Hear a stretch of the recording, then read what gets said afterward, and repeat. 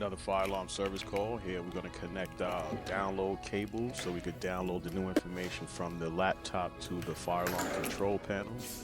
This 232 card gets plugged straight into the fire alarm control panel for communication. Got to take the front cover off in order for me to get to the card.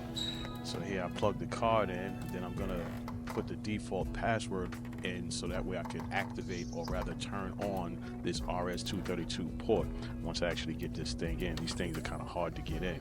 So now I'm gonna plug my USB into the laptop so that way now I have communication established between the fire alarm panel and my laptop.